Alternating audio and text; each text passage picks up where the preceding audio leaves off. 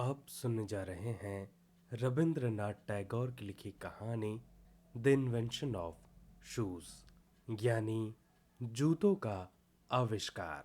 बहुत समय पहले की बात है। एक राजा था जिसका नाम था होबू। एक सुबह उसने अपने मंत्री को बुलाया और कहा, सुनो गोबू राय, मैं पूरी रात सो नहीं पाया। सोचता रहा, जब भी मैं जमीन पर चलता हूँ मेरे शाही चरणों को ये धूल गंदा क्यों कर देती है। तुम लोग बस अपनी मोटी तनख्वाहों में लगे रहते हो, न राजा की परवाह, न राज्य की, और न ही मेरी परेशानियों की। अभी इसी वक्त इसका समाधान निकालो, नहीं तो मेरे शाही क्रोध से कोई भी बच नहीं पाएगा। गोबू राय परेशान हो गया। वह यह सोचता रहा और पसीने पसीने हो गया। पंडितों के चेहरे पीले पड़ गए, दरबारियों की तो नींद उड़ गई। रसोई घर में खाना बंद हो गया, महल में रोना धोना शुरू हो गया। गोबू राय ने दूर दूर तक नजरें दौड़ाई और जितने भी वैज्ञानिक, विद्वान और यांत्रिकी यानी मैकेनिक मिल सके सभी को बुलवा भेजा। सबने अपनी ऐनकें सीधी की और सोचने बैठ गए।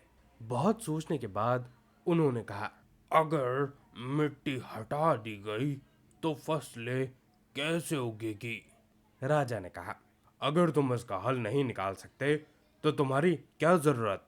अब फिर सोच विचार हुआ और उन्होंने खरीदे 17,50,000 झाड़ू।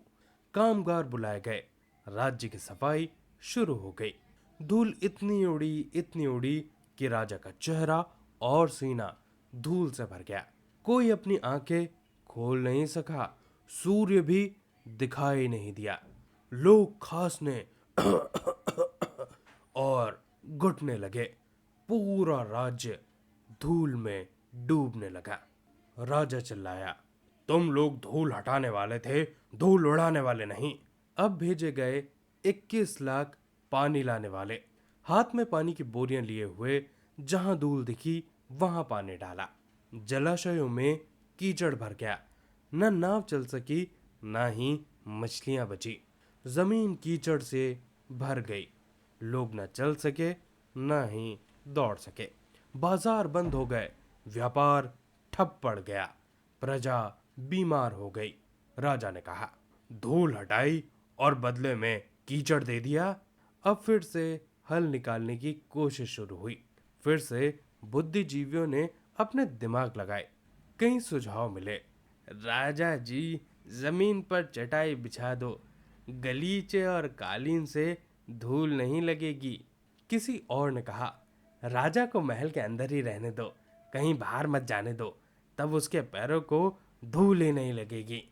राजा बोला, सही है, पर अगर मैं हर समय अंदर ही रहूं तो राज्य का काम कैसे चल सकेगा। अब राजा ने खुद ये ऐलान कर दिया कि सभी चर्मकारों को बुलाया जाए और पूरी जमीन पर चमड़ा बिछाओ। यह होगा मेरा महान कार्य, पूरी धरती के लिए एक विशाल कंबल। सब झुक गए और बोले, वाह क्या विचार है महाराज, बस कोई कुशल चर्मकार मिल जाए। राजदूतों को भेजा गया, सब कुछ छोड़कर लोग चर्मकार खोजने लगे। अंत में राज्य का एक मुख्य चर्मकार आया। वह बूढ़ा था। राजा को झुककर प्रणाम किया और बोला, यदि आपकी अनुमति हो तो मैं एक सुझाव देना चाहता हूँ।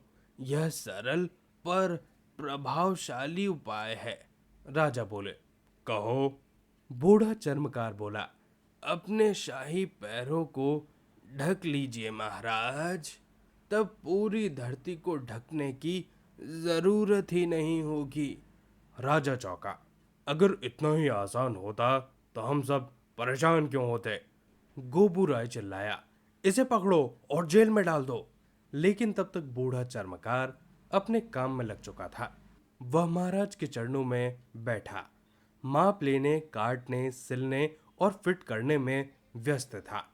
उसे जेल में डाल दिया जाए, माफ कर दिया जाए, यह फैसला होने से पहले ही वह बूढ़ा चर्मकार एक सुंदर जोड़ी जूते तैयार कर चुका था और उसे महाराज के चरणों में उसने भेंट कर दिया। राजा होबू ने जूते पहन लिए। वह उनके पैरों में एकदम सही फिट हुए। उनके शाही चरण गर्म, आरामदायक और सबसे अहम साफ सुथरे महसूस हुए। मंत्री ने बूढ़े चर्मकार को माफ कर दिया। वह बोला मंत्री ने बूढ़े चर्मकार को माफ कर दिया। वह बोला, असल में यह विचार पहले मेरे दिमाग में ही आया था। शायद इस बूढ़े को किसी तरह मेरे विचार का पता लग गया होगा। और इस तरह से जूते पहनने की परंपरा की शुरुआत हुई।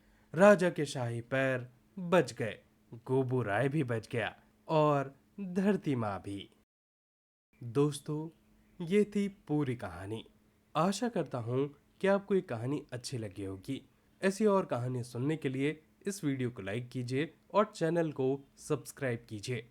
अपने आसपास सफाई बनाए रखें और एक पेड़ जरूर लगाएं।